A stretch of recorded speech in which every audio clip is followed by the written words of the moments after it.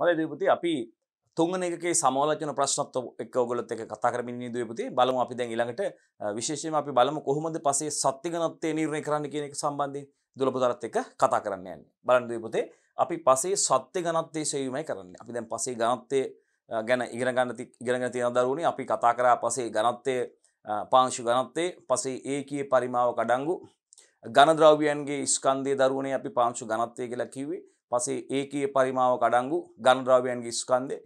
ඊට පස්සේ දරුවනේ අපි දුෂ්‍ය ඝනත්වය සහ සත්ත්ව ඝනත්වය කියලා ආකාර දෙකක් කතා කරලා තියෙනවා.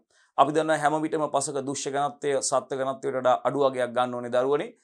රයිට්. එතකොට අපි බලමු දැන් කොහොමද අපි දුෂ්‍ය ඝනත්වය නිර්ණය කරන ආකාරය ගැන දෝලපතාත් එක්ක කතා කරලා තියෙන්නේ. මෙතෙන්දී බලනවා දුවේ පුතේ අපි කොහොමද පාංශු සත්ත්ව ඝනත්වය නිර්ණය කරන්නේ කොහොමද කියලා. පස්සේ සත්ත්ව ඝනත්වය නිර්ණය කරන ආකාරයයි දුවේ පුතේ අපි මෙතෙන් සිට ඔයගොල්ලොත් එක්ක කතා කරන්න බලාපොරොත්තු වෙන්නේ. බලන්න එතකොට පස්සේ සත්ත්ව ඝනත්වයේ සෙවීමට අපිට අවශ්‍ය ද්‍රව්‍ය විදියට පුතේ සත්ත්ව ඝනත්වයේ සෙවීමට අවශ්‍ය ස්ථානයෙන් අපි පස් නියදයක් ලබා ගන්නවා දරුවනේ. පස් සාම්පල් එකක් අපි ලබා ගන්නවා. ඉස්සෙල්ලාම ඒ සඳහා සාම්පල් එකක් අවශ්‍යයි.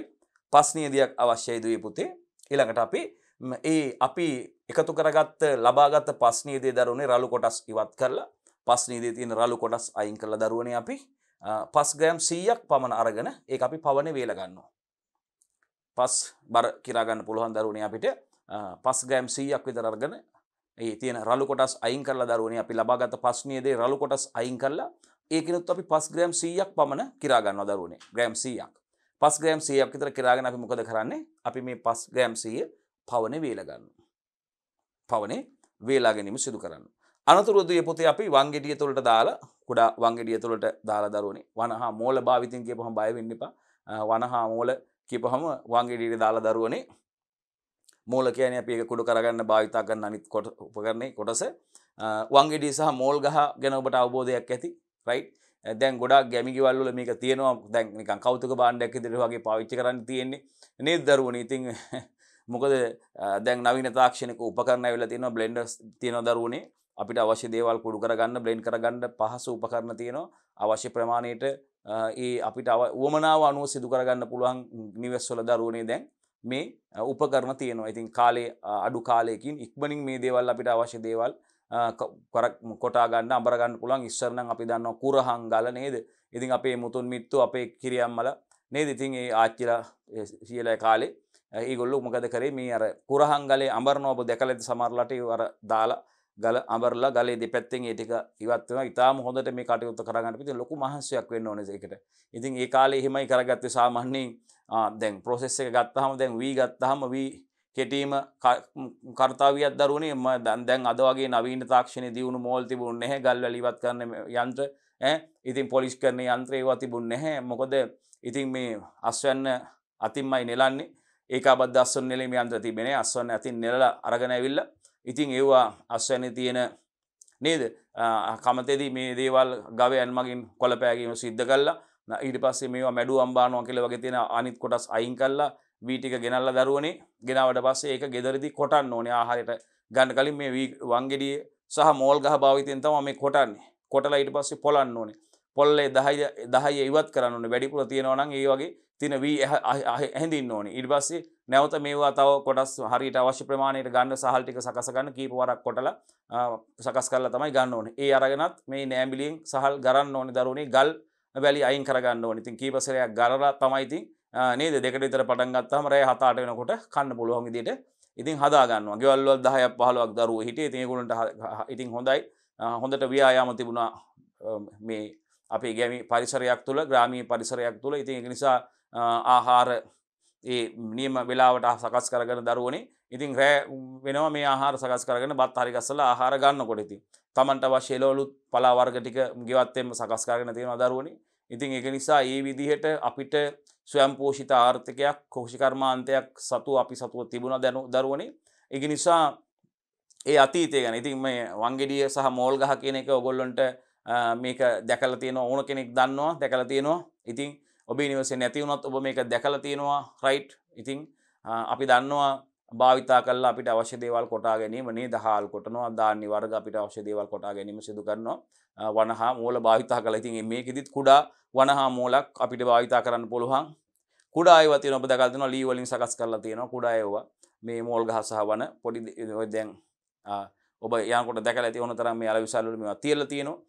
ඉතින් අපිට වංගෙඩිය තුළට දාලා මෝල ආදරෙන් සියුම් කොටස් වලට මේ පස් සාම්පලේ වෙන් කර ගැනීම අපිට සිදු කරන්න ඕනේ. ඉතින් අනතුරු අපි මිලිමීටර් 2ක පෙනේරියකින් මේක හලා ගන්නවා දරුවනේ. ඉස්සෙල්ලාම පස්නියදිය ලබාගත් පස්නියදී ග්‍රෑම් 100ක් පමණ අරගෙන අපි තෝරගෙන ඒක පවන වේල ගන්නවා. වංගෙඩිය තුළට වේලගත්ත මේ පස්නියදී සාම්පලේ දාලා දරුවනේ මෝල නේද?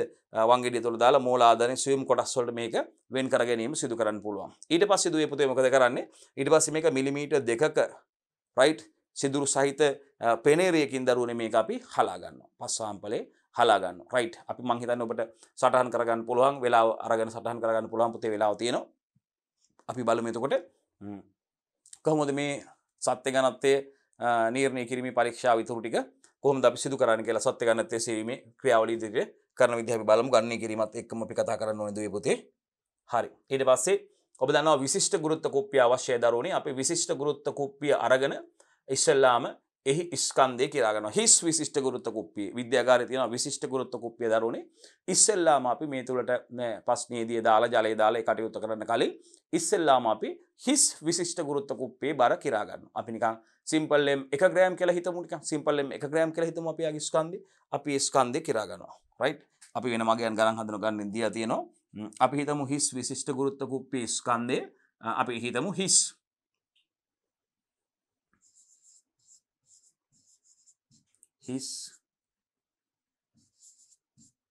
right විශිෂ්ට ගුරුත්ව කුප්පියේ ස්කන්ධය සමානයි අපි හිතමු නිකන් අපි නිකන් හිතනවා එයා අපි නම් කරනවා m1 ග්‍රෑම් කියලා. m කියන්නේ ඒ ප්‍රමාණය අපි ආගේ ග්‍රෑම් වලින්. හිස් විශිෂ්ට ගුරුත්ව කුප්පියේ බර කිරා ගන්න පුළුවන් දරුවනේ දුවේ පුතේ. අපි හිස් විශිෂ්ට ගුරුත්ව කුප්පියේ ස්කන්ධය m1 ග්‍රෑම් කියලා සඳහන් කරගන්නවා. ඊට පස්සේ අපි එයට අඩක් පමණ පස් දාලා. කාටද පස් අඩක් දාන්නේ? විශිෂ්ට ගුරුත්ව කුප්පිය අර බර කිරාගත්ත විශිෂ්ට ගුරුත්ව කුප්පියේ බර සටහන් කරගත්තානේ. හිස් විශිෂ්ට ගුරුත්ව කුප්පියේ බර කිරාගෙන යාගේ බර සටහන් කරගෙන දුවේ පුතේ අවසාන ඊළඟ මොකද අපි කරන්නේ? අපි අර පවන වේලගෙන වංගෙඩිය සහ මෝල් ගහ භාවිතා කරලා අපි කොටස් වලට සියුම් කුඩු කරගෙන ගත්ත ඒ වගේම මිලිමීටර් 2 විස්කම්බේ සහිත සිදුරු සහිත පෙනේරකින් හලාගත්ත පස් සාම්පලයේ තියෙනවා. ඒක වෙනම අපි. එතකොට මේ හිස් විශිෂ්ට ගුරුත්ව කුප්පිය අරගෙන යාගේ ස්කන්ධය මැනගත්තා. හිස් විශිෂ්ට ගුරුත්ව කුප්පියේ ස්කන්ධය අපි වෙනම සටහන් කරගන්නවා සිම්පල් m 1 ග්‍රෑම් කියලා. ඊට පස්සේ අපි ඒ හිස් විශිෂ්ට ගුරුත්ව කුප්පියට විශිෂ්ට ගුරුත්ව කුප්පියෙන් අඩක් භාගයක් පිරෙන්න පස් දානවා. පස් දාලා ස්කන්ධය නැවත කිරා ගන්නවා. අපි කියනවා විශිෂ්ට ගුරුත්ව කුප්පිය දන පස් වල ස්කන්ධය කියලා අපිට ඒක කියන්න පුළුවන්. කොහොමද අපි ඒක කියන්න පුළුවන් අපිට? ගණන් කිරීම ඉදිරියෙන් තියෙන නැවතත් අපි මේ කතා කරමු. අපි කියමු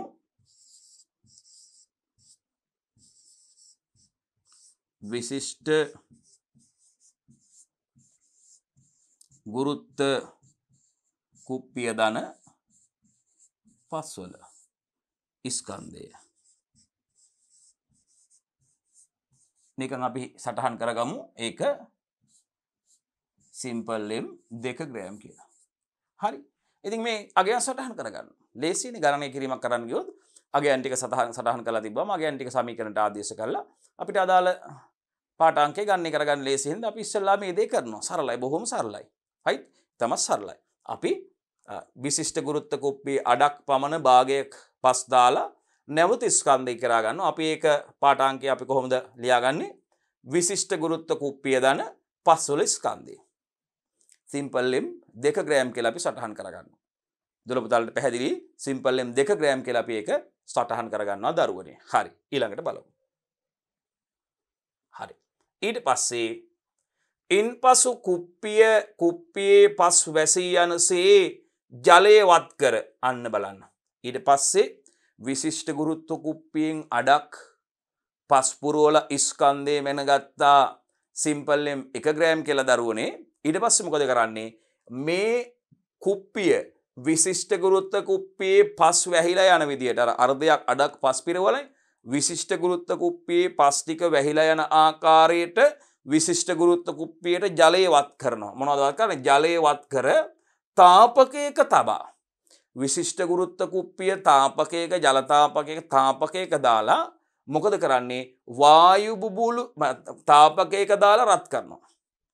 විශිෂ්ට ගුරුත්ව කුප්පිය දන පස් තිබ්බ එකට විශිෂ්ට ගුරුත්ව කුප්පියෙන් අඩක් පස් පුරලා තිබ්බේ. ඒකට පස් ටික වැහිලා යන ආකාරයට විශිෂ්ට ගුරුත්ව කුප්පියට ජලය වත් කරලා මේ විශිෂ්ට ගුරුත්ව කුප්පියේ ජල තාපකයක තියලා දුවේ පුතේ ජල තාපකයක තියලා මේක මොකද කරන්නේ? අපි රත් කරනවා. රත් කරලා වායු බුබුලු ඉවත් වූ පසු එයා බබල්ස් එල් තියෙනවා. වායු බුබුලු ඉවත් වෙනකන් ඒ වැඩේ කරලා එහෙම තියලා මොකද අපි කරන්නේ?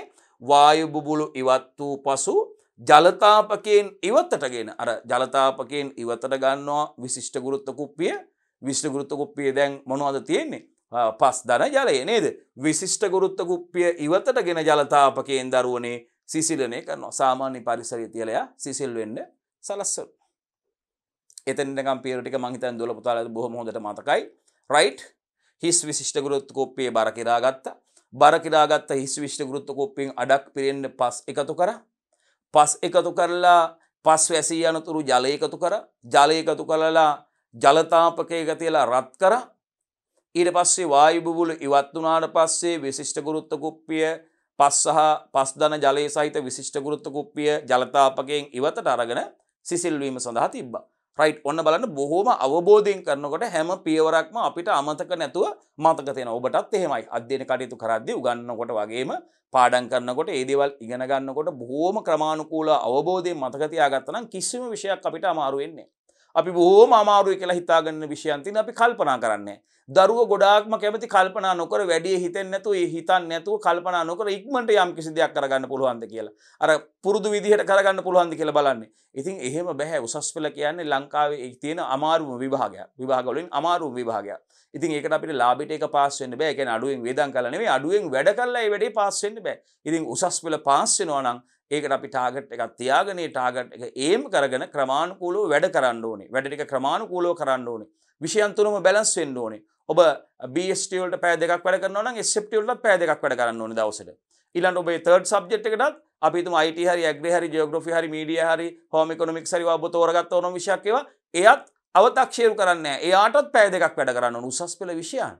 මේ විෂයන් එකක්වත් අපිට අව탁ෂේරු කරන්න පුළුවන් විෂයන් නැහැ. ඔක්කොම හොඳ විෂයන් තියෙන්නේ. ඉතින් ඒ නිසා අපි ඒකත් පැය දෙකක් වැඩ කරනවා නම් BST වලට ප්‍රධාන විෂයට SFT වලටත් පැය දෙකයි. අනිත් ඔබේ තුන්වෙනි විෂයටත් පැය දෙකක් වැඩ කරන්න ඕනේ. ඉතින් මේවට වැඩ කරලා තියෙන ප්‍රමාණය අනුව වැඩිපුර අඩු වැඩි කරලා කරන්න පුළුවන්. නමුත් මේ විෂයන් තුනම බැලන්ස් එකේ තියාගත්තොත් ඒකට 100ට වැඩ කරොත් ඔබට අනිවාර්යයෙන් මේ තුනකට යන්න පුළුවන්. ඉතින් ඒකට කැපවීම මහන්සිය උනන්දුව තියෙන්න ඕනේ. ඒ සඳහාම කැප වෙන්න ඕනේ දරුවනේ. අනන්ත ප්‍රමාණ කැපකිරීමක් කරන්න ඕනේ. අනිකුත් සියලුම වැඩ අයින් කළා මේ වැඩේ කරොත් ඔබට මේක ගොඩ දා ගන්න පුළුවන්. හරි. ඒ වගේ මේ අපි උගන්වනකොට මේ දේවල් කියලා දෙනකොට තියේ සිද්ධාන්ත කොටස් කරනකොට ප්‍රශ්න සාකච්ඡා කරනකොට ඔබ බොහෝම අවධානයෙන් උනන්දුවෙන් කටයුතු ටික කරන්න. එතකොට අපිට කරන්න බැරි දෙයක් නැහැ දරුවනේ. රයිට් කරන්න බැරි දෙයක් නැහැ. ඕනම දෙයක් ඇචීව් කරන්න පුළුවන්. ජයග්‍රහණය කරන්න පුළුවන්. මිනිස්සෙක් කියලා ඉපදුණු පුද්ගලයෙකුට Tamanට කැමති Taman හිතනවා නම් Taman තුල ඔය කියන සියලුම කියන අය ඉන්නවා. ඒ අය ඔබ තුල ඉන්න තාක්ෂණවේදියා ඔබ අනිවාර්යයෙන්ම මතු කර ගන්න ඕනේ. හරි. එහෙනම් බලමු. ඒ විදිහට මේ ටික විශේෂයෙන් එක කියන්න හේතුනේ ඔබ මේ දේවල් අවබෝධයෙන් කරන්න ඕන නිසා දරුවෝ හැමෝටම මේ දේ අපි කියන්න ඕනේ. ඒකට දරුවෝ මේක බොහෝම අවබෝධයෙන් කළා විෂයට ඒ සාමාර්ථයක් අරගෙන ඔබ මේ විෂය ලංකාව තුල දියුණු කරන්න ජනප්‍රිය කරවන්න මේක ගෙනියන්න තාක්ෂණවේදී ඉහළට ඔසවලා තියන්න හැකියාව ලැබෙන්න කියන එක තමයි අපේ එකම අරමුණ අභිලාෂය වෙන්නේ. රයිට්. ඊට පස්සේ හරි මෙතන එනකන් සිසිල් වෙන්න තිබ්බා. වැඩේ හරි පියවර හරි. ඊට පස්සේ අපි විශිෂ්ට ගුරුත්ව කුප්පිය සිසිල් වුණාට පස්සේ දැන් විශිෂ්ට ගුරුත්ව කුප්පිය සිසිල් වෙලානේ තියෙන්නේ. සිසිල් වුණාට පස්සේ මොකද කරන්නේ? එය පිරණතෙක් ආසුත ජලය එකතු කරනවා.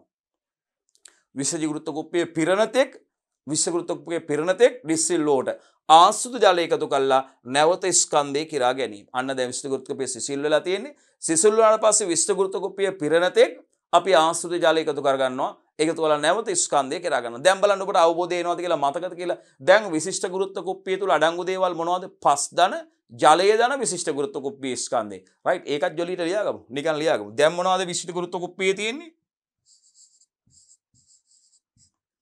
පස් ධන ජලය ධන බලන්නකෝ. හරි.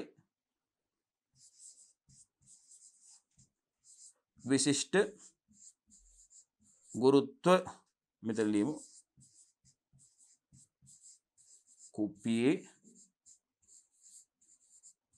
ස්කන්ධය right සමානයි සිම්පල් ලිම් 3 ග්‍රෑම් කියලා අපි ලියාගමුද හරි නේද හරි දැන් විශිෂ්ට ගුරුත්ව කුප්පියේ කවුද ඉන්නේ පස් ඉන්නවා ජලයේ ඉන්නවා විශිෂ්ට ගුරුත්ව කුප්පිය එනවා ඒක අපි එමු 3 ග්‍රෑම් කියලා සඳහන් කරගත්තා ඊට පස්සේ ඉන්පසු විශිෂ්ට ගුරුත්ව කුප්පියේ පස් ඉවත් කරලා විශිෂ්ට ගුරුත්ව කුප්පිය ඇතුළේ දාපු පස් ටික අයින් කරලා ඉවත් කරලා පිරිසුදු කරලා විශිෂ්ට ගුරුත්ව කුප්පිය සම්පූර්ණයෙන් පිරිසුදු කරලා අනවල ඊට පස්සේ මොකද කරන්නේ පාඨාංගය ගත්තනේ ඉන්පසු විශිෂ්ට ගුරුත්ව කුප්පියේ පස් ඉවත් කර දැන් මොකද කරන්නේ විශිෂ්ට ගුරුත්ව කුප්පියේ පස් ටික අයින් කරලා පිරිසුදු කරලා විශිෂ්ට ගුරුත්ව පිරිසුදු කරනවා සම්පූර්ණයෙන්ම ජලය පුරවා නැවත ස්කන්ධය කිරා ගැනීම අන්න බලන්න විශිෂ්ට ගුරුත්ව කුප්පියේ පස් ටික අයින් කළා දරුවනේ පස් ටික අයින් කළා විශිෂ්ට ගුරුත්ව කුප්පිය පිරිසුදු කරලා සම්පූර්ණයෙන්ම විශිෂ්ට ගුරුත්ව කුප්පිය ජලයෙන් පුරවනවා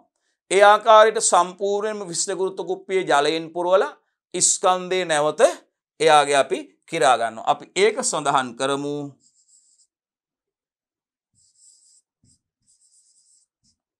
විශිෂ්ට ගුරුත්ව කුප්පිය දන ජලයේ ස්කන්ධය දැන් විශිෂ්ට ගුරුත්ව කුප්පියේ ඉන්නේ ජලයයි විශිෂ්ට ගුරුත්ව කුප්පියයි විතරයි ඒ දෙන්නගේ බර අපි සිම්පල් M 4 ග්‍රෑම් කියලා නිකන් සඳහන් කරගමු ඉස්සරහට ගාන ඇති ගාන කරන් තියෙනවා අපි ඉතින් පාඨාංග ටික නිකන් ලියාගමු නිකන් බලාගෙන ආව බලාගෙන එන ගමන් පාඨාංග ටික ලියාගත්තා බලන්න ඔතෙන්ට එනකම් පැහැදිලිද බලන්න නැතුව නෝට් එක නැවත ඔබට අවබෝධය තියෙනවද බලන්න ඔතෙන්ට එනකම් වැඩි කියව ගන්න රයිට් කො බලන්න අපි කට්ටියම කියමු බලන්න නිකන් කට්ටිය මතක් කරගමු බලන්න ප්‍රැක්ටිකල් එක මතක් කරගමු ඔතෙන්ට එනකම් හැමෝම රයිට් ඔබත් කතා කරන්න බලන්න අපි මතක් කරගෙන බලමු ඉස්සෙල්ලාම හිස් විශිෂ්ට ගුරුත්ව කුප්පියේ ස්කන්ධය මෙන ගත්තා සිම්පල් එක ග්‍රෑම් කියලා ඊට පස්සේ විශිෂ්ට ගුරුත්ව කුප්පියෙන් අඩක් පිරෙන්න පස් දාලා විශිෂ්ට ගුරුත්ව කුප්පිය දන පස් වල ස්කන්ධය කිරා ගත්තා මොකද ඒක අපි සිම්පල් M 2 ග්‍රෑම් කියලා සඳහන් කරගත්තා ඊට පස්සේ පස් වැසී යන තෙක් ජලය දාලා අපි ඒක ජල තාපකයක තියලා රත් කරලා වායු බුබුලු ඉවත් වෙනතුරු උනාට පස්සේ මෙයා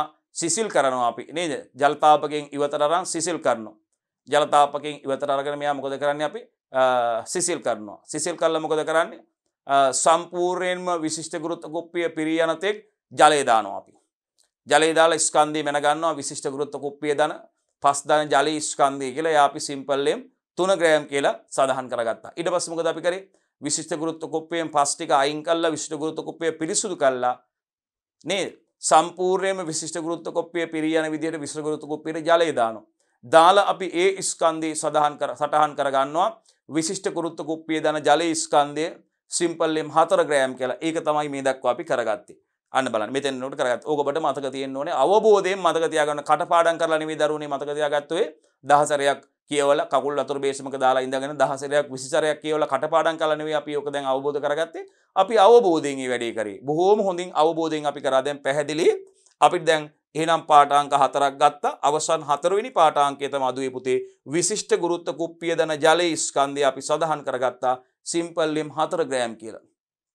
මොකක් කියලා දරුවනේ අපි සටහන් කරගත්තේ සිම්පල් M 4 ග්‍රෑම් කියලා. රයිට් මතක තියාගන්න අපි මේ සත්‍ය ගණත්වයේ පස්සේ සත්‍ය ගණත්වයයි ගණනය කරන්න සූදානම් වෙලා ඉන්නේ. රයිට් අපි යමු ඊළඟට දුවේ පුතේ ඉදිරියට යන් අපි.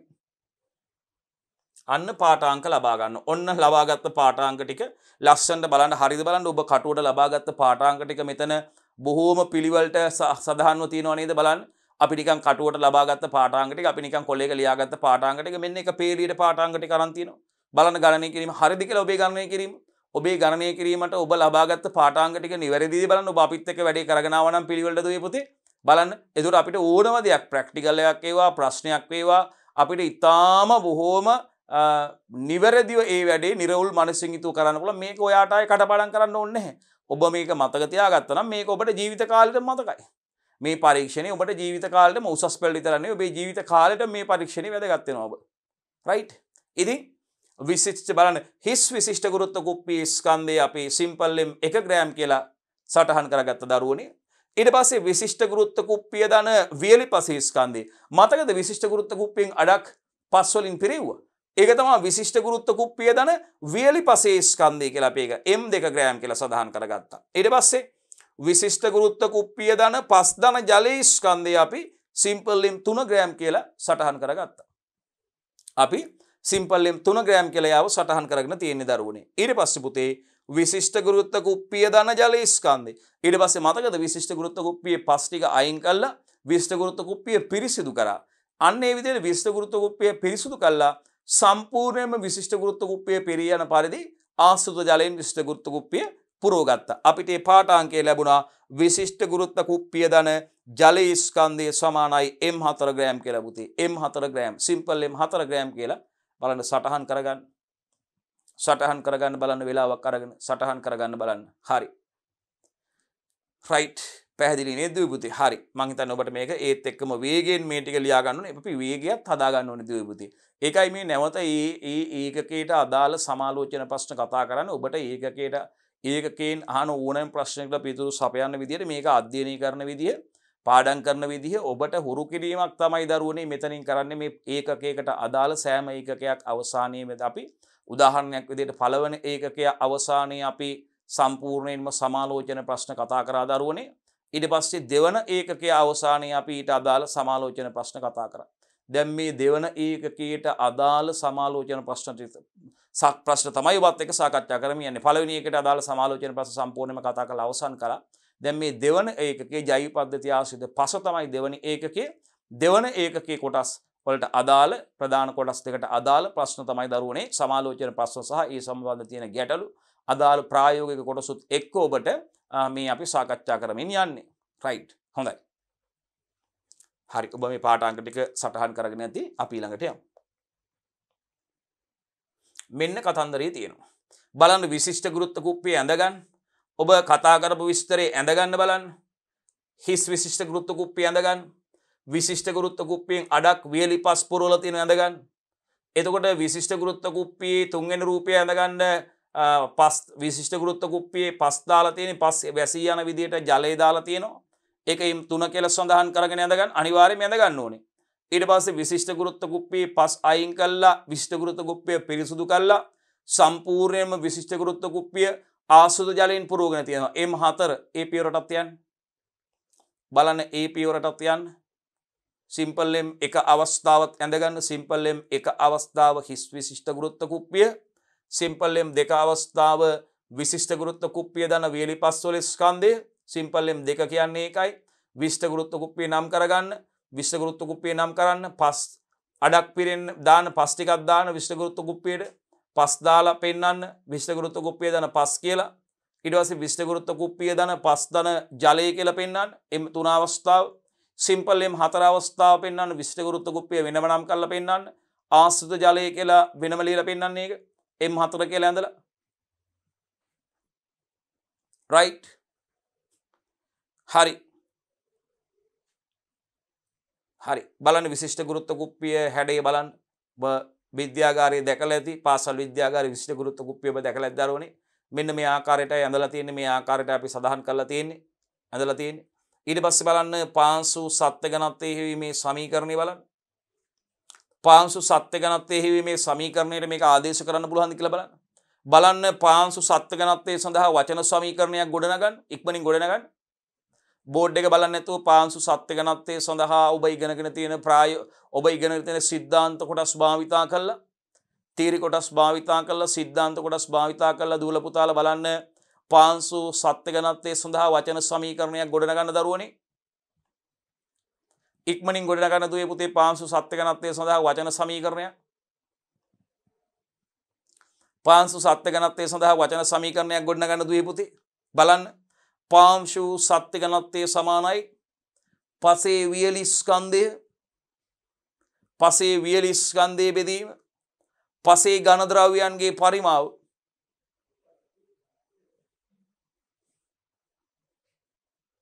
බලන්න දුවේ පුතේ ඔබ ගොඩනගපු වචන සමීකරණය නිවැරදිද කියලා. පාංශු සත්‍ය ඝනත්වයේ සමානයි. බලන්න පාංශු සත්‍ය ඝනත්වයේ සමානයි ඉරින් උඩ පසේ වියලි ස්කන්ධය අපි ඝනත්වය කියපුවාම ඝනත්වය අපි දන්නවනේ ඝනත්වය කියන්නේ අපි දන්නවා මේ බලන්න ඝනත්වය කියන්නේ මොකද්ද ඝනත්වයේ සමීකරණය බලන්න රෝ සමානයි m බෙදීම v රෝ කියන්නේ ඝනත්වය m කියන්නේ ස්කන්ධය v කියන්නේ පරිමාව සරලම කතාව ඒකයි දැන් අපිට අවශ්‍ය වෙන්නේ පාංශු සත්‍ය ඝනත්වය එහෙනම් පසේ වියලි ස්කන්ධයේ බෙදීම v කියන්නේ පරිමාවනේ කාගේ පරිමාවද පසේ ඝන ද්‍රව්‍යයන්ගේ පරිමාව බලමු එතකොට අපි පාංශු සත්‍ය ඝනත්වය සමානයි පසේ වියලි ස්කන්ධයේ ගැටලුවක් නැහැ පසේ වියලි ස්කන්ධය අපිට ලැබෙනවා පසේ වියලි ස්කන්ධය කොහොමද අපිට ලැබෙන්නේ m2 m එක අඩු කරනවා m2 කවුද විශිෂ්ට ගුරුත්ව කුප්පිය දන පස්වල වියලි පස්කොළ ස්කන්ධයෙන් අඩු කරනවා පසේ වියලි ස්කන්ධය අපිට කිසිම ගැටලුවක් නැහැ පසේ වියලි ස්කන්ධයේ කිසිම ගැටලුවක් නැහැ කොහොමද පසේ වියලි ස්කන්ධය අපි ලබාගන්නේ දැන් අපි පාඨාංක ලබාගෙන තියෙන්නේ කලින් මොනවද පාඨාංක පසේ වියලි ස්කන්ධය කියන්නේ m2 ග්‍රෑම් වලින් අඩු කරනවා m1 ග්‍රෑම් කවුද m2 ග්‍රෑම් කියන්නේ විශිෂ්ට ගුරුත්ව කුප්පිය දන වියලි පස්වල ස්කන්ධයෙන් අඩු කරනවා m1 ග්‍රෑම් m1 ග්‍රෑම් කියන්නේ කවුද විශිෂ්ට ගුරුත්ව කුප්පියේ බර අන්න බලන්න විශිෂ්ට ගුරුත්ව කුප්පිය දන වියලි පස්වල ස්කන්ධයෙන් අඩු කරනවා විශිෂ්ට ගුරුත්ව කුප්පිය දන වියලි පස්වල ස්කන්ධය කියන්නේ සිම්පල් m 2 ග්‍රෑම් නේ ඒ සිම්පල් m 2 ග්‍රෑම් වලින් අඩු කරනවා සිම්පල් m 1 ග්‍රෑම් කවුද සිම්පල් 1 ග්‍රෑම් කියන්නේ විශිෂ්ට ගුරුත්ව කුප්පිය හිස් විශිෂ්ට ගුරුත්ව කුප්පිය ස්කන්ධය එතකොට අපිට ලැබෙනවා විශිෂ්ට ගුරුත්ව කුප්පිය තුල තිබ්බ වියලි පස්වල ස්කන්ධය රයිට් බෙදීම ඉරෙන් යට කවුද පසේ ඝන ද්‍රව්‍යයන්ගේ පරිමාවට සමාන ජල පරිමාවක ස්කන්ධය පසේ අපේ පරීක්ෂණයට අනුව මේ ගන්න ඕනේ පසේ මතක තියන්න පසේ ඝන ද්‍රව්‍යයන්ගේ පරිමාවනේ ඕන වෙන්නේ ඝන ද්‍රව්‍යයන්ගේ පරිමාවනේ ඕන වෙන්නේ මේවා විශිෂ්ට ගුරුත්ව කුප්පිය තුල නේද මේවා තිබ්බේ ඝන ද්‍රව්‍යයන්ගේ පරිමාවනේ අවශ්‍ය වෙන්නේ එහෙනම් පසේ ඝන ද්‍රව්‍යයන්ගේ පරිමාව කොහොමද හොයාගන්නේ බලන්න පුතේ පසේ ඝන ද්‍රව්‍යයන්ගේ පරිමාවට සමාන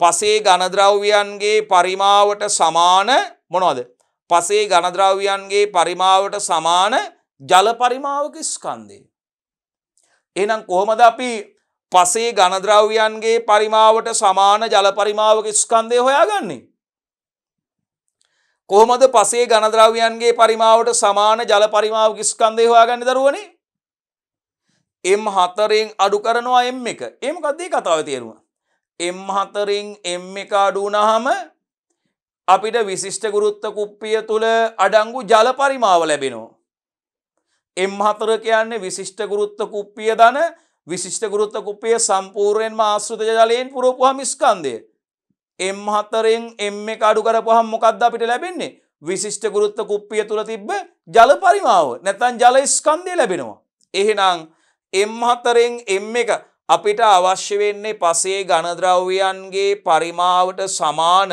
ජල පරිමාවක ස්කන්ධයනේ එහෙනම් අපි m4න් m1 අඩු කරපුවාම ලැබෙනවා ඒ කියන්නේ විශිෂ්ට ගුරුත්ව කුප්පිය දන ජලයේ ස්කන්ධයෙන් විශිෂ්ට ගුරුත්ව කුප්පිය ස්කන්ධය අඩු කරපුවාම ලැබෙනවා විශිෂ්ට ගුරුත්ව කුප්පිය තුල තිබ්බ ජල පරිමාව ඒකෙන් අඩු කරනවා කවුද ඒකෙන් අඩු කරනවා m3 m2 මුළු ජල ස්කන්ධයෙන් විශිෂ්ට ගුරුත්ව කුප්පිය තුල අඩංගු වෙච්ච මුළු ජල පරිමාවෙන් මුළු ජල ස්කන්ධයෙන් අඩු කරනවා m3 m2 ඊට පස්සේ ඝන ද්‍රව්‍යයන්ගේ පරිමාවට සමාන ජල පරිමාවක ස්කන්ධය කවුද එතකොට m3 කියන්නේ බලන්න එතෝ කියන්නේ m3 කියන්නේ විශිෂ්ට ගුරුත්ව කුප්පිය දන පස් දන ජල ස්කන්ධය ඔව් බලන්න ගිහිල්ලා හරිද කියලා නිකන් m3 කියන්නේ හරියටම හරි විශිෂ්ට ගුරුත්ව කුප්පිය දන පස් දන ජල ස්කන්ධය තමයි m3 කියන්නේ එයාගෙන් අඩු කරලා තියෙනවා m2 කවුද එයාගෙන් M2 කියන්නේ? M3 කියන්නේ විශිෂ්ට ගුරුත්ව කුප්පිය දන පස් දන ජලයේ ස්කන්ධයෙන් අඩු කරලා තියෙනවා කවුද දරුවනේ? විශිෂ්ට ගුරුත්ව කුප්පිය දන පස්වල ස්කන්ධය. M2 කියන්නේ විශිෂ්ට ගුරුත්ව කුප්පිය දන පස්වල ස්කන්ධය අඩු කරපුවාම ලැබෙන්නේ අර බලන්න. M3න් M2 අඩු කරපුවාම ලැබෙන්නේ M3න් M2 අඩු කරපුවාම ලැබෙන්නේ කවුද? M3 කියන්නේ විශිෂ්ට ගුරුත්ව කුප්පිය දන පස් දන ජලයේ ස්කන්ධයනේ. ඒකෙන් අඩු කරනවා විශිෂ්ට ගුරුත්ව කුප්පිය දන පස්. අන්න එතන තිබ්බ ජල ප්‍රමාණය ලැබෙන්නේ. එහෙනම් මුළු ජල ප්‍රමාණයෙන් කුප්පිය තුල තිබ්බ මුළු ජල ප්‍රමාණයෙන් අර ඉතිරි ජල ප්‍රමාණය කලින් තුන්වෙනි අවස්ථාවේ තිබ්බ ජල ප්‍රමාණය අඩු කරපුවාම අපිට ලැබෙනවා පසේ ඝන ද්‍රව්‍යයන්ගේ පරිමාවට සමාන ජල පරිමාවක ස්කන්ධය. අන්න පසේ ඝන ද්‍රව්‍ය අඩංගු වෙලා තිබ්බ අර විශිෂ්ට ගුරුත්ව කුප්පියේ අඩංගු වෙලා තිබ්බ ඝන ද්‍රව්‍යයන්ගේ පරිමාවට සමාන ඝන ද්‍රව්‍යයන්ගේ පරිමාවට සමාන ජල පරිමාවක ස්කන්ධය අපිට ලැබෙනවා. මං හිතන්නේ ඊටාම පැහැදිලි දරුවනේ. බලන්න. හරි. එතකොට මෙතනදී ලැබෙන්නේ අපිට වියලි පස්වල ස්කන්ධය. බලන්නකෝ අපිට ගණනය කිරීමෙන් පිළිතුර ලැබෙන විදිහ. පාංශු සත්‍ය ඝනත්වයේ වියලි පස්වල ස්කන්ධය බෙදනවා පසේ ඝන ද්‍රව්‍යයන්ගේ පරිමාවට සමාන ජල පරිමාවක ස්කන්ධය. හරියට. එහෙනම් විශිෂ්ට ගුරුත්ව කුප්පිය දන ජලයේ ස්කන්ධය M4න් අඩු කරනවා විශිෂ්ට ගුරුත්ව කුප්පියේ ස්කන්ධය විශිෂ්ට ගුරුත්ව කුප්පිය තුල තිබ්බ ජලයේ පරිමාව ස්කන්ධය ලැබුණා. ඒකෙන් අඩු කරනවා කවුද? මෙතන M3 M2 කියන්නේ විශිෂ්ට ගුරුත්ව කුප්පිය දන ජලය දන පස්වල ස්කන්ධයෙන් අඩු කරනවා විශිෂ්ට ගුරුත්ව කුප්පියේ පස්වල ස්කන්ධය. එතකොට අන්න අපිට ඊතර ලැබෙනවා කවුද? එතන විශිෂ්ට ගුරුත්ව කුප්පිය තුල අර M3 අවස්ථාවේ තිබ්බ ජල ප්‍රමාණය. මුළු විශිෂ්ට ගුරුත්ව කුප්පිය තුල තිබ්බ මුළු ජල ප්‍රමාණයෙන් අතන ජල ප්‍රමාණය අඩු කරපුවාම අපිට ලැබෙන්නේ මොකද්ද? පසේ ඝන ද්‍රව්‍යයන්ගේ පරිමාවට සමාන ජල පරිමාවක ස්කන්ධය. හරියට මම හිතන්නේ ඔබට නිවැරදි. බොහොම විමසිල්ලෙන් අහගෙන හිටියනම් ඔබට ඒක වැටහෙන්නේ දැන් දරුවනේ. රයිට් සටහන් කරගන්න. ඔන්න ඉවරයි. පාංශු සත්‍ය ඝනත්වය ගණනය කරා අපි. පරීක්ෂණාත්මකව. රයිට් හරි. හරි. නිගමනය මොකද්ද? ස්ථාන 3කින් විතර පස් සාම්පල් අරගෙන අපිට ඒවායේ සත්‍ය හා අදෘශ්‍ය ඝනත්ව වෙන වෙනම සටහන් කරලා සැසඳීම කරන්න පුළුවන්. සංසන්දනය කරලා බලන්න පුළුවන්.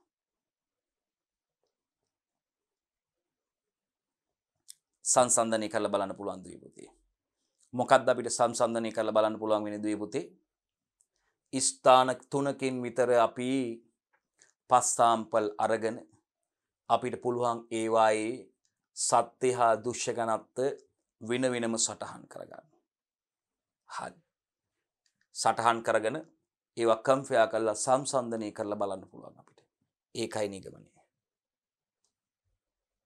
මේට අදාළ විශේෂ කර්ම බැලුවොත් දරුවනේ මේ සම්පල් එක පස්නියදී විද්‍යාගාරයට අරගෙන යනකොට පස්නියදීන් ජලය පිට නොවනසේ පොලිතීන් වලින් ආවරණය කරලා අරගෙන යන්න ඕනේ. මේ පරීක්ෂණ සඳහා ඝනත්වයේ සෙවීම සඳහා අපි පස් සාම්පල් ශේෂ්ත්‍රයෙන් ලබා ගන්නකොට දරුවනේ අපිට සත්‍ය ඝනත්වයේ නැත්නම් දෘශ්‍ය ඝනත්වයේ සෙවීමට අවශ්‍ය ස්ථානයේ අපිට පස් සාම්පල් එකක් විද්‍යාගාරයට අරගෙන යනකොට මතක තියාගන්න මේ පස් සාම්පල් එක අපි විද්‍යාගාරයට අරගෙන යනකොට දරුවනේ පස්නියදී විද්‍යාගාරයට රැගෙන යන විට පස්නියදීන් ජලය පිට නොවනසේ පොලිතීන් වලින් ආවරණය කරලායි පස් සාම්පල් එක අපි අරගෙන යන්නේ. ඒක අනිවාර්යයෙන්ම සැලකිලිමත් වෙන්න ඕනේ. සත්‍ය ඝනත්වයේ අනු පාම්සු අංශු වල පමණක් ඝනත්වයයි සත්‍ය ඝනත්වය කියන්නේ. දෙකයි ඝන සෙන්ටිමීටරයට ග්‍රෑම් 2.3ත් 2.8ත් අතර දක්වා තමයි දරුවනේ මේක වෙනස් වෙන්නේ. ඒක අගේ පොඩ්ඩක් මෙතන හදා ගන්න ඕනේ දුවේ පුතේ ඔයගොල්ලෝ. සත්‍ය ඝනත්වය අනු පාම්සු අංශු වල පමණක් ඝනත්වයයි පස් අංශු වල පමණක් ඝනත්වයයි මේක විචලනය වෙන්නේ පුතේ වෙනස් වෙන්නේ ඝන සෙන්ටිමීටරයට ග්‍රෑම් 2.3ත් 2.8ත් කියලා නිවැරදිව ලියා ගන්න. ග්‍රෑම් ඝන සෙන්ටිමීටරයට. ඇලයිරින් කියන්නේ ඝන සෙන්ටිමීටරයට. ඕකම ලියන්න පුළුවන් අපිට 2.3 ඉරක් 2.8 දක්වා ග්‍රෑම් ඝන සෙන්ටිමීටරයට කියලා. ඔන්න ඔහොමයි ලියන්නේ. බෙදීම තමයි කුඩා ඉරකින් පෙන්නලා තියෙන්නේ. කුඩා ඉරමකින් බෙදීම තමයි පෙන්නලා තියෙන්නේ. අපිට ඒක සඳහන් කරන්න පුළුවන්. රයිට්. මේ අගය තමයි මේ අගය නිවැරදි වෙන්න ඕනේ පුතේ. මෙතන 2.8 කියලා.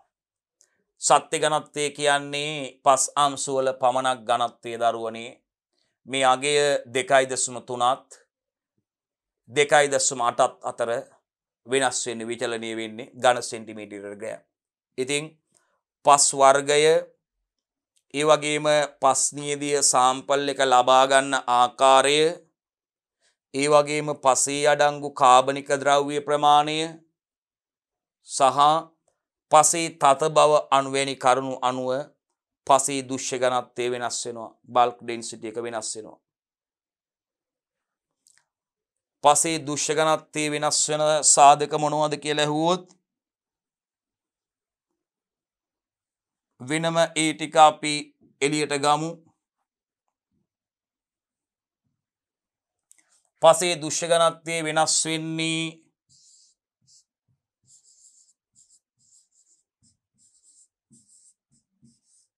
පස් වර්ගය රයිට් නියදිය ලබා ගන්නා ආකාරය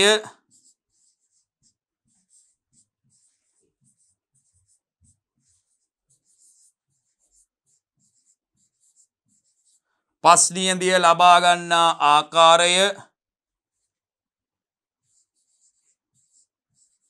පස් නියදිය ලබා ගන්නා ආකාරය ඊට පස්සේ පසේ අඩංගු කාබනික ද්‍රව්‍ය ප්‍රමාණය මත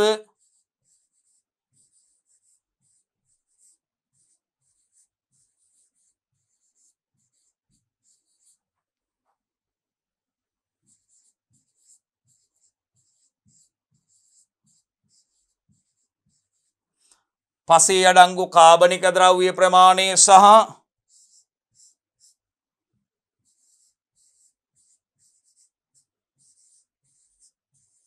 පසේ තද බව. ඔන්න බලන්න. පස් වර්ගය පස් නියදිය ලබා ගන්නා ආකාරය ඒ වගේම දරුවනේ පසේ අඩංගු කාබනික ද්‍රව්‍ය ප්‍රමාණය සහ පසේ තද බව අණුව කවුද වෙනස් වෙන්නේ? මෙන්න මේ කට්ටිය අණුව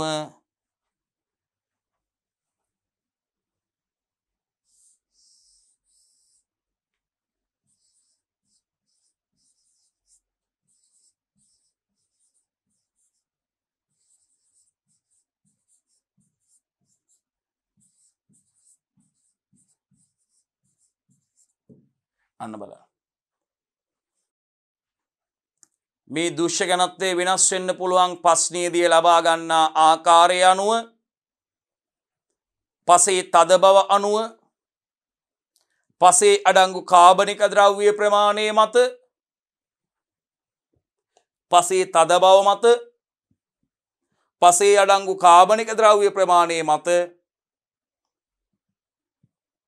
ඒ වගේම පස් නියදිය ලබා ගන්නා ආකාරය මත සහ දරුවනේ පස් වර්ගයේ මත අපිට මතක තියාගන්න කවුද වෙනස් වෙන්නේ? පසේ දුෂ්‍ය ඝනත්වය වෙනස් වෙනවා. හැබැයි මතක තියාගන්න දරුවනේ හැම වෙලාවෙම පසේ දුෂ්‍ය ඝනත්වය සත්‍ය ඝනත්වයට වඩා අඩු අගයක් ගන්න. අනිවාර්යෙන් මතක තියාගන්න. අපි මේක නිතරම කියන කතාවක්. පසේ දුෂ්‍ය ඝනත්වය ගත්තාම දරුවනේ එයා පසේ සත්‍ය ඝනත්වයට වඩා අඩු අගයක් පෙන්눔 කරන්නේ. සත්‍ය ඝනත්වයට වඩා අඩු අගයක් එයා ගන්න. අපි ඒක අනිවාර්යයෙන්ම මතක තබා ගත යුතුයි. හරි. right. අපි යනවා ඊළඟ කරුණ. අපි පාම්සු සවිවරතාවේ ගණනය කරන්න යන්නේ පොඩ්ඩක් බලන්න. පසේ සවිවරතාවේ ගණනය කරන්න යන්නේ. පාම්සු සවිවරතාවයට අදාළ සමීකරණය මතක් කරගන්න. සමීකරණයට අග්ගල ලියලා දාන්න. පසේ සවිවරතාවයට අදාළ සමීකරණය කොලයක ලියලා දාන්න. උත්තර ලියන කොලේ ලියලා දාන්න බලන්න. පාම්සු සවිවරතාවේ ගණනය කිරීම. මට පාම්සු සවිවරතාවේ සඳහා වචන සමීකරණයක් ගොඩනගලා දෙන්න දුවේ පුතේ. ඉක්මනින්ම ගොඩනගන්න දුවේ පුතේ පාම්සු සවිවරතාවේ සඳහා වචන සමීකරණයක්. පසේ සවිවරතාවේ සඳහා බලන්න ඔබ ගොඩනගපු වචන සමීකරණයේ සංසන්දනය කළා හරියද කියලා. පාම්සු සවිවරතාවේ සමානයි අවකාශ කලාපයේ පරිමාව. පසේ අවකාශ කලාපයේ පරිමාව බෙදීම. පසේ මුළු පරිමාව වාරයක් මෙතන එන්න ඕනේ දරුවනේ 100යි කියලා. හදාගන්න. එතන එන්න ඕනේ දරුවනේ 100යි කියලා හදාගන්න. මොකද හදාගන්නේ? පාම්සු සවිවරතාව සමානයි. පාම්සු සවිවරතාවේ සමානයි. right? අවකාශ කලාපයේ පරිමාව බෙදීම. පසේ අවකාශ කලාපයේ පරිමාව හිස්තැන් පරිමාව පසේ තියෙන සිදුරු නැත්නම් අවකාශ පසේ තියෙන අවකාශ කලාපයේ පරිමාව බෙදීම මුළු පරිමාව වාරයක් 100. පසේ මුළු පරිමාවට අවකාශ කලාපයේ පරිමාව දරන අනුපාතයේ ප්‍රතිශතය කියලා කියවත් ඕක හරි. යම් පසක මුළු පරිමාවට කිසියම් පසක මුළු පරිමාවට ඔය බලන්න ඉරින් යට තියෙන පසේ මුළු පරිමාවනේ. එහි අවකාශ කලාපයේ පරිමාව දරන අනුපාතයේ මේ බලන්න අවකාශ කලාපයේ පරිමාව දරන අනුපාතයේ ප්‍රතිශතය කියලා කිව්වත් හරි. right? වචන සමීකරණයයි අර්ථ දැක්වීමයි දෙකම ලියා ගන්න. වචන සමීකරණයයි අර්ථ දැක්වීමයි දෙකම ලියා ගන්න මතකේ. සමාලෝචන ප්‍රශ්නය කතා කරන්නේ දෙවනි එකකට අදාළ විශේෂයෙන්ම ප්‍රායෝගික කොටස් වලට අදාළ ගණනය කිරීමට එකයි කතා කරන්නේ. ප්‍රායෝගික ප්‍රධාන ප්‍රායෝගික කොටස් වලට අදාළ ගණනය කිරීමට එක අපිට අවශ්‍ය වෙනවා විභාගෙට. එහෙනම් අපි දරුවොත් එක්ක කිව්වේ ඒක අපි අනිවාර්යයෙන්ම සමාලෝචන ප්‍රශ්නත් එක්ක සාකච්ඡා කරනවා කියලා. ඒ ටිකයි දරුවනේ මේ සාකච්ඡා කරමින් ඉන්නේ ඔබත් එක්ක. එහෙනම් මට සවිවරතාවය වචන සමීකරණයකින් ගොඩනගලා දෙන්න. පාංශු සවිවරතාවය සමානයි අවකාශ කලාපයේ පරිමාව බෙදීම පසේ මුළු පරිමාව වාරයක් 100. ඒක වගන්තියක් විදියට පාංශු සවිවරතාවයේ අර්ථ දක්වන්නේ කොහොමද?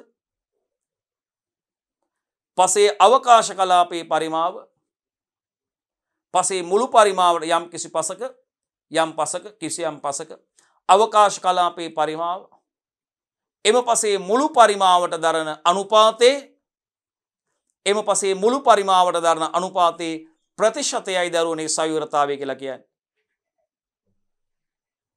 යම් කිසි පසක අවකාශ කලාපයේ පරිමාව යම් කිසි පසක අවකාශ කලාපයේ පරිමාව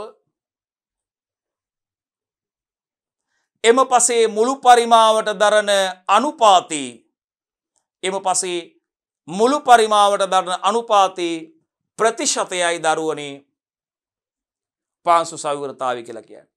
මට පොඩ්ඩක් කරලා දෙන්න බලන්න සවිවරතාවයේ සහ දුෂ්‍ය ඝනත්වය අතර සම්බන්ධතාවයක්.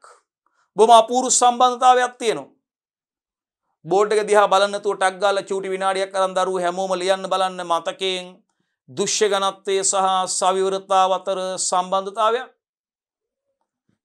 චූටි විනාඩියක් අරන් අධිවේගයෙන් ලියන්න බලන්න. යම් කිසි පසක දුෂ්‍ය ඝනත්වය හා සවිවරතාවය අතර සම්බන්ධතාවයක් ලියලා දෙන්නන්න. දුෂ්‍ය ඝනත්වය හා සවිවරතාව අතර සම්බන්ධතාවයක් ලියලා පෙන්නන්න. බලන්න සවිවරතාවයේ සමානයි එකරින අමතක වෙන්නේ ලෝක ප්‍රසිද්ධ සමීකරණය. බලන්න සවිවරතාව සමානයි එකරින දුෂ්‍ය ඝනත්වයේ බෙදීම සත්‍ය ඝනත්වයේ වාරයක් 100. සවිවරතාවයේ සමානයි එක ඍණ දෘශ්‍ය ඝනත්වයේ බෙදීම සත්‍ය ඝනත්වයේ වාරයක් c. එහෙනම් සවිවරතාවය හා දෘශ්‍ය ඝනත්වය අතර තියෙන මොන වගේ සමානුපාතිකයක්ද? ප්‍රතිලෝම සමානුපාතිකයක්. සවිවරතාව හා දෘශ්‍ය ඝනත්වය අතර තියෙන මොන වගේ සමානුපාතිකයක්ද? ප්‍රතිලෝම සමානුපාතිකයක්. යම් කිසි පසක දෘශ්‍ය ඝනත්වයේ වැඩි නම් දූගා වැඩි නම් ඒ කියන්නේ කිසියම් පසක ඒකීය පරිමාවක ඇහිරලා තියෙන ඝන ද්‍රව්‍යයන්ගේ ස්කන්ධය වැඩි නම් ඒ පසේ අවකාශ කලාපයේ පරිමාව මුළු පරිමාවට දාන අනුපාතය අඩුයි. යම් කිසි පසක දූගා දෘශ්‍ය ඝනත්වයේ වැඩි නම් ඒ කියන්නේ කිසියම් පසක ඒකීය පරිමාවක ඇහිරලා තියෙන ඝන ද්‍රව්‍යයන්ගේ ස්කන්ධය වැඩි කියන්නේ ඒ පසේ සවිවරතාවය අඩුයි. වැඩිපුර ඝන ද්‍රව්‍ය ඇහිරලා තියලා තියෙන අවකාශ කලාපයේ පරිමාව අඩු වෙනවනේ දරුවනේ. යම් කිසි පසක වැඩිපුර ඝන ද්‍රව්‍ය ඇහිරලා තියෙනවා කියලා කියන්නේ ඒ පස තදයි කියන්නේ. ඒ පසේ අවකාශ අඩුයි, හිස්තැන් අඩුයි. ඒ කියන්නේ ඒ පසේ සවිවරතාවය අඩුයි. එහෙනම් දූගා වැඩි වෙනකොට දෘශ්‍ය ඝනත්වයේ වැඩි වෙනකොට සවිවරතාව අඩු වෙනවා. ඒ වගේම දූගා අඩු වෙද්දී යම් කිසි පසක ඒකීය පරිමාවක් තුල ඇහිල්ලා තියෙන ඝන ද්‍රව්‍යයන්ගේ ස්කන්ධය අඩු වෙනකොට ඒ පස බුරුල් පසක්. අවකාශ කලාපයේ පරිමාව වැඩි ඒ පසේ. එහෙනම් දූගා අඩු වෙනකොට දෘශ්‍ය ඝනත්වයේ අඩු වෙනකොට ඒ පස බුරුල් පසක්. ඒ කියන්නේ ඒ පසේ ඒකීය පරිමාවක ඇහිල්ලා තියෙන ඝන ද්‍රව්‍යයන්ගේ ස්කන්ධය අඩුයි. එහෙනම් ඒ පසේ අවකාශ කලාපයේ පරිමාව ඒ කියන්නේ සවිවරතාවය වැඩි. දෘශ්‍ය ඝනත්වයේ වැඩි වෙනකොට සවිවරතාව අඩු වෙනවා. දෘශ්‍ය ඝනත්වයේ අඩු වෙනකොට සවිවරතාවය වැඩි වෙනවා. මොකද්ද? දෘශ්‍ය ඝනත්වයේ වැඩි වෙනකොට සවිවරතාවය අඩු වෙනවා. දෘශ්‍ය ඝනත්වයේ අඩු වෙනකොට සවිවරතාවය වැඩි වෙනවා. එහෙනම් දෙන්න අතර තියෙන මොනෝලෝම සමානුපාතිකයක්ද? ප්‍රතිලෝම සමානුපාතිකයක්. ප්‍රස්ථාරයක් ඇඳලා පෙන්නුවොත් සවිවරතාවයයි දෘශ්‍ය ඝනත්වය අතර ප්‍රස්ථාරයක් ඇඳලා පෙන්නුවොත්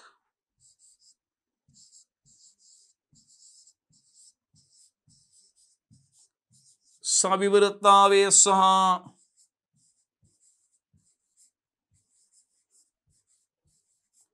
දෘශ්‍ය ඝනත්වය අතර ප්‍රස්ථාරයක් ඇඳලා පෙන්නුවොත් එයා ප්‍රතිලෝම සමානුපාතිකයක් පෙන්වන්නේ. දෘශ්‍ය ඝනත්වය වැඩි වෙනකොට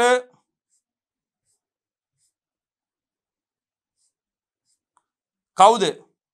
දෘශ්‍ය ඝනත්වයේ වැඩි වෙනකොට කවුද? සවිවරතාව අඩු වෙනවා. මේ දෘශ්‍ය ඝනත්වයේ වැඩි වෙනකොට මේ සවිවරතාවය අඩු වෙනවා. මේ පැත්තට සවිවරතාවය ප්‍රතිලෝම සමානුපාතිකයක් දෙන්න අතර තියෙන. දෙන්න අතර තියෙන මොන සමානුපාතිකයක්ද? දෙන්න අතර ප්‍රතිලෝම සමානුපාතිකයක් තියෙන්නේ. එහෙනම් පෙන්වන්නකො සවිවරතාවයයි දෘශ්‍ය ඝනත්වය අතර සම්බන්ධතාවයේ මේ සමීකරණයක් වගේ සවිවරතාව සමානයි එක ඍණ දෘශ්‍ය ඝනත්වයේ බෙදීම සත්‍ය ඝනත්වයේ වාරයක් c. කොටු කරගන්න. ඒ තරම් වැදගත් සමීකරණයක්. අතිශය වැදගත් සමීකරණයක්. කොටු කරගන්න. පාම්සු සවිවරතාව සමානයි එක ඍණ දෘශ්‍ය ඝනත්වයේ බෙදීම සත්‍ය ඝනත්වයේ වාරයක් c. මට මෙහෙම කියන්න. පසේ අවකාශ කලාපයේ පරිමාවට අයිති වෙන්නේ කවුද?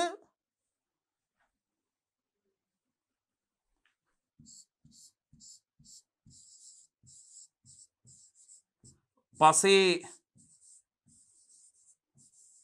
අවකාශ කලාපේ පරිමාව. පසේ අවකාශ තුල අඩංගු වෙන්නේ කවුද? පාංශු ජලය අඩංගු වෙනවා. water volume එක plus පාංශු වාතය අඩංගු වෙනවා. VW ධන VE. ඒ වගේම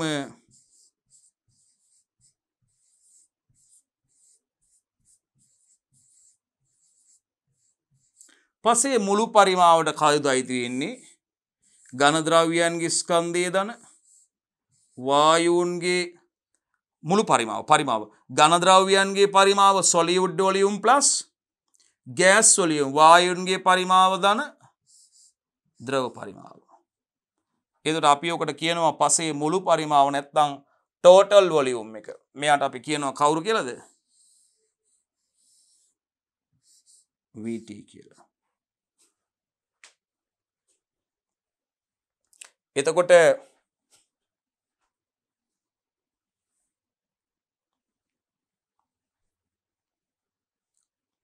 ඒ සමීකරණය මෙහෙමත් ලියන්න පුළුවන් එතකොට අපිට.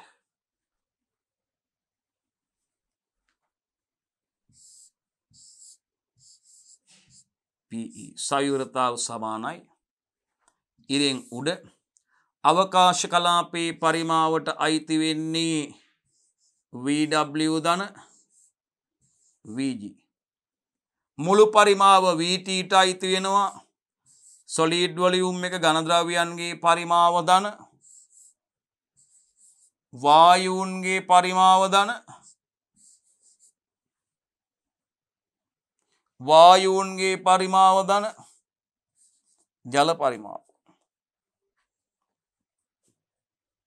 හරි. එතකොට අපිට ඔක ලියන්න පුළුවන් කොහොමද? තවත් විදිහකට අපිට මේක ලියන්න පුළුවන් මෙතන වාරයක් 100. හරි. එහෙනම් අපිට මුළු පරිමාවෙන් ඒ කියන්නේ VT ගෙන් අඩු කරපුවාම VS VT කියන්නේ කවුද? VS ධන VG ධන VW. VS කියන්නේ solid volume එක. ඝන ද්‍රව්‍යයන්ගේ පරිමාව ධන VG කියන්නේ gas volume එක. වායුන්ගේ පරිමාව ධන VW කියන්නේ water volume එක. ඔය තුන් දෙනාම තමයි VT කියන්නේ. මෙන්න මේ හරියෙන් VT ලියමු. VT කියන්නේ VS ධන VG ධන VW නේ VT කියන්නේ. එතකොට අපිට පුළුවන් VT ගෙන් VS අඩු කරාම VT ගෙන් VS අඩු කරපුවාම ලැබෙන්නේ කවුද? VT ගෙන් VS අඩු කරපුවාම අපිට ලැබෙන්නේ කවුද? VT ගෙන් VS අඩු කරපුවාම ඉතුරු වෙන්නේ කවුද? VG ධන VW. ඉතින් ඒක තමයි මෙන්න මෙයා. ඒ කියන්නේ අවකාශ කලාපයේ පරිමාව. ඒක තමයි අවකාශ කලාපයේ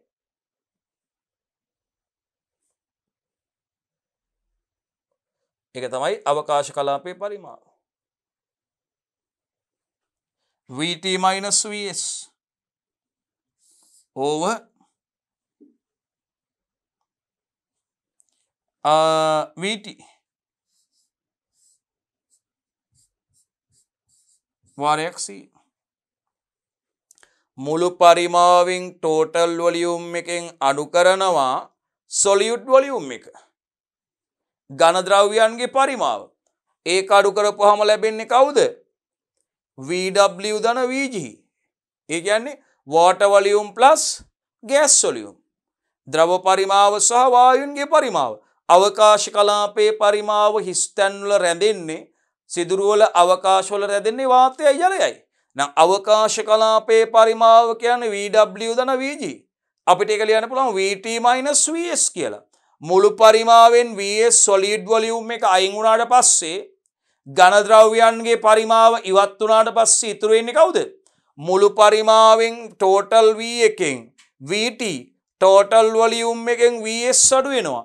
total volume එකට අයිති වෙන්නේ කවුද? VS ධන VG ධන VW. solid ඝන ද්‍රව්‍යයන්ගේ පරිමාව ධන වායුන්ගේ පරිමාව ධන ජල පරිමාව ද්‍රව පරිමාව. එහෙනම් එන්නේ VT නේ මුළු පරිමාවෙන් VS අඩු කරපුවාම.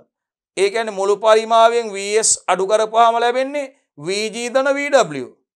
කියන්නේ VG ධන VW කියන එක මෙහෙමත් ලියන්න පුළුවන් VT minus VS කියලා. එතකොට ලැබෙන්නේ අවකාශ කලාපයේ පරිමාව. අවකාශ කලාපයේ පරිමාව කියන්නේ VW ධන VG. ද්‍රව පරිමාව ධන වායු පරිමාව or VT කියන්නේ total volume එක. වාරයක් 100. right. මං හිතන්නේ ඒවා ආදේශ කළා ඊට පස්සේ දැන් එහෙම ගණනය කිරීමක් ආවොත් දරුවන්ට පහසුවෙන්ම කර ගැනීමේ හැකියාව තියෙනවා ගැටලුවක් නැහැ. හරි. ඒ කතා කරේ අපි සවිවරතාව ගැන. එහෙනම් සවිවරතාවයි දුෂ්‍ය ඝනත්වය අතර තියෙන සම්බන්ධතාවයත් කතා කරා.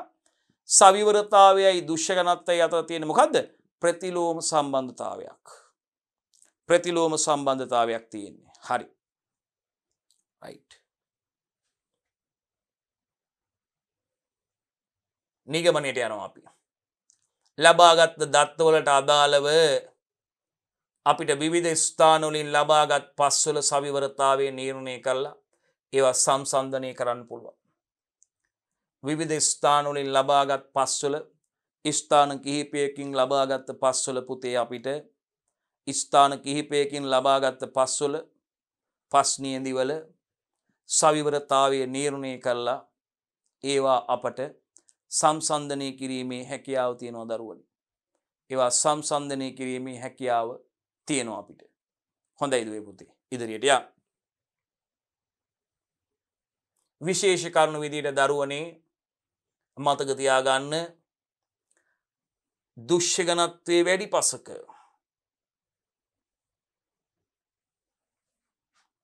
ඒකීය පරිමාවක් ඇතුලේ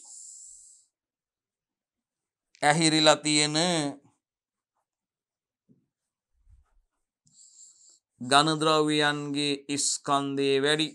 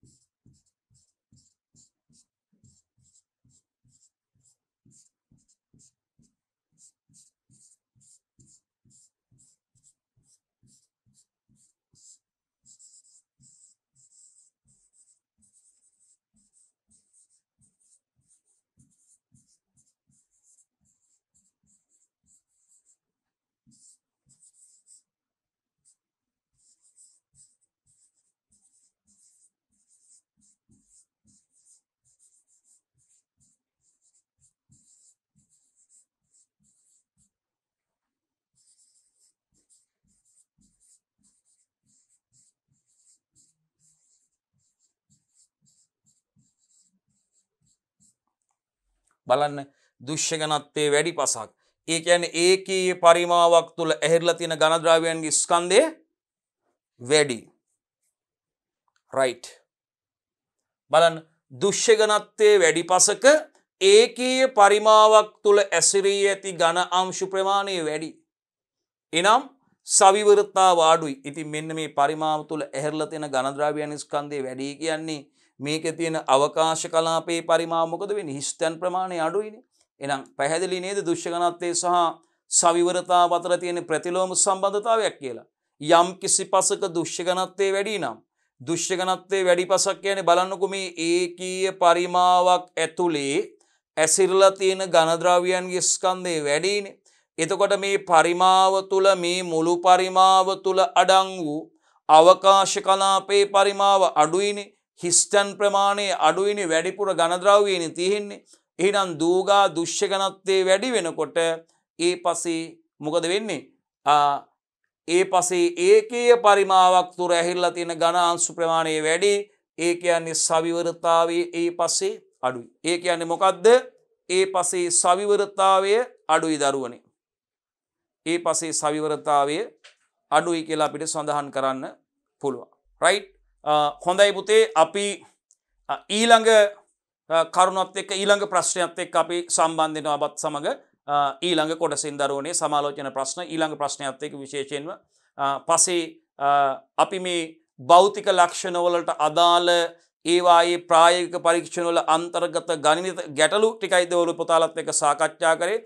කොහොමද ඒවා අපි ගණනය කිරීම කටයුතු සිදු කරන ආකාරය ඊළඟට බලාපොරොත්තු වන දරුවනේ අපි පස්සේ රසායනික ලක්ෂණත් එක්ක සම්බන්ධ වෙන්න ඊට අදාළ ගැටලු සහ කොහොමද ඒ රසායනික ලක්ෂණ නිර්ණය කිරීම සිදු කරන ආකාරය පිළිබඳ ප්‍රශ්න ඔබත් එක්ක කතා කරන්න බලාපොරොත්තු වන දුවේ පුතේ අපි ඊළඟ කොටසින්